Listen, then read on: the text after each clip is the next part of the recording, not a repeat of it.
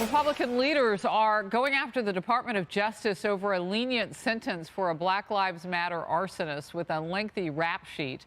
They say the DOJ has taken a startling turn for the worse under the Biden administration, accusing it of injecting left-wing political bias into its treatment of violent criminals. This after 26-year-old Montez Lee pleaded guilty to one federal count of arson during the George Floyd protests in Minnesota.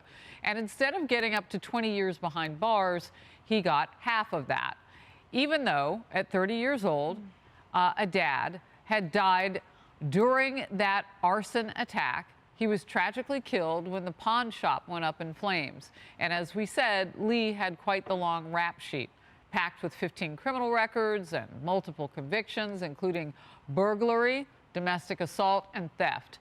And he was under a criminal sentence at the time of the 2020 arson.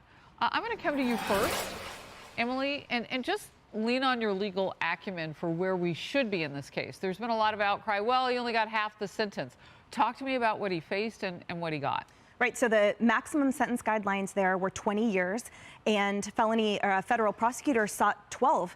And I think why that shocks the conscious, why so many people were so upset about it, is because, like I often talk about, the system works because every player in that system represents a different function. You want the advocate for the defendant, the advocate for reducing the sentence, to be the public defender, to be the defense attorney. You don't want the prosecutor to say, well, quote, by the way, I'm quoting from the brief, because the protests were mostly peaceful, that's one thing that should go in his favor. The reason the felony murder rule exists, by the way, is so that when someone engages in an inherently dangerous and chaotic, uncontrollable felony like arson, it accounts for the fact that someone may die. So this guy saying, I didn't mean to, doesn't matter. And when the federal prosecutors added up, well, 2 points for the fact that he was under criminal sentencing for assault and 3 points for this, I don't care. Because the guidelines after all of that math was 10 to 20 years, and they still only sought 12. And by the way, they said in the brief, they generously said, well, he maintains he checked the building before lighting it on fire to make sure no one was there. But what I saw on video was this guy saying, F this place, we're going to burn this blank down. Wow. That to me is not the words of someone who checked a building for a 30-year-old father who died in the blaze. He should have got 20 years. This is an abomination of that federal prosecutor. You know, I want to bring this in. Senate Minority Leader Mitch McConnell has said that he's now putting on hold the nominee for the U.S. Attorney on Minnesota. Let's watch.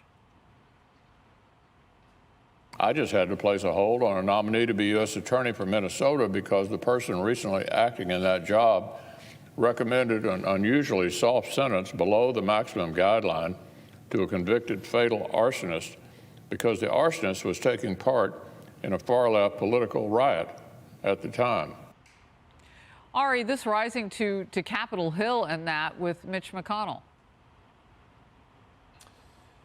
Yeah, and you know, I would like to go beyond this. I would really like to see a long, strong breakdown of all the arsonists, all the looters, all the rioters from the summer of 2020 and what they got.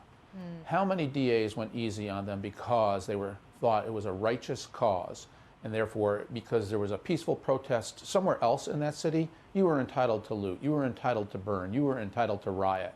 No. And I'd also like to see that compared to the January 6th convictions and cases that are brought there. You just need to air these things. The public should hear about whether or not justice is fair. I have only one standard. If you broke the law, the book should be thrown at you. And especially when you break the law for violence, for rioting, for looting, for arson. And I don't think we've had a full, fair accounting yet of what's happened in the summer of 2020 sentencings.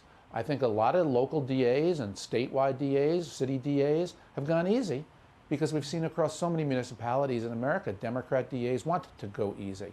I'd like to see a full, fair, open accounting of all of those who were involved in the numerous attacks, and there were many. It was either the first or the second greatest amount of damage to the United States in history from civil disturbances. The only one that could have possibly been greater was the Los Angeles riots. And that's how the extent of this. 150 federal buildings, governmental buildings were attacked. It wasn't just the 10th precinct in Minneapolis. That is true. 150. what I happens to can the just people who point attack out those? really Yeah, quick, go we ahead, do have Kayla. an accounting from Portland where there were 96 cases brought by the Trump administration. 47 were prosecuted, so half of them were dropped, Harris, by the incoming DOJ.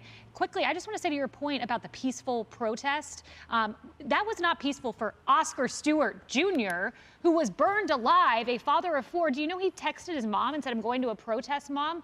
They searched for him for 8 weeks until they found his remains. He's a father of 3, married his high school sweetheart. It was not peaceful for him. So that's so shameful to hear that the DOJ put that language in there. It was not peaceful for Oscar Stewart Jr. And the sentencing, by the way, of those 47 referred cases, remember those were all reduced to things like community service and advocating community members to vote. So there wasn't even sentencing for those that were referred for actual prosecution. I mean, it's a joke. It's a complete letdown of our democratic society and of our criminal justice system. You mentioned Oregon, and Kennedy, I know you have strong ties there. Yeah, I was in the LA riots. I was living there. I'm from Portland. The U.S. Marshals can't get legal support, some of them, from their own Department of Justice. Andy Ngo, who was attacked several times in Portland by Antifa. None of those people have been arrested or charged, even though they know who they are. And Oscar Lee Stewart's life matters. It should matter. Yeah. And, you know, the guy who set the place on fire, you know, when you move it up to that level of active arson, that's no longer a peaceful protest. And that in and of itself should be a determination for equal justice under the law, which we are not seeing that applied to Ari's point.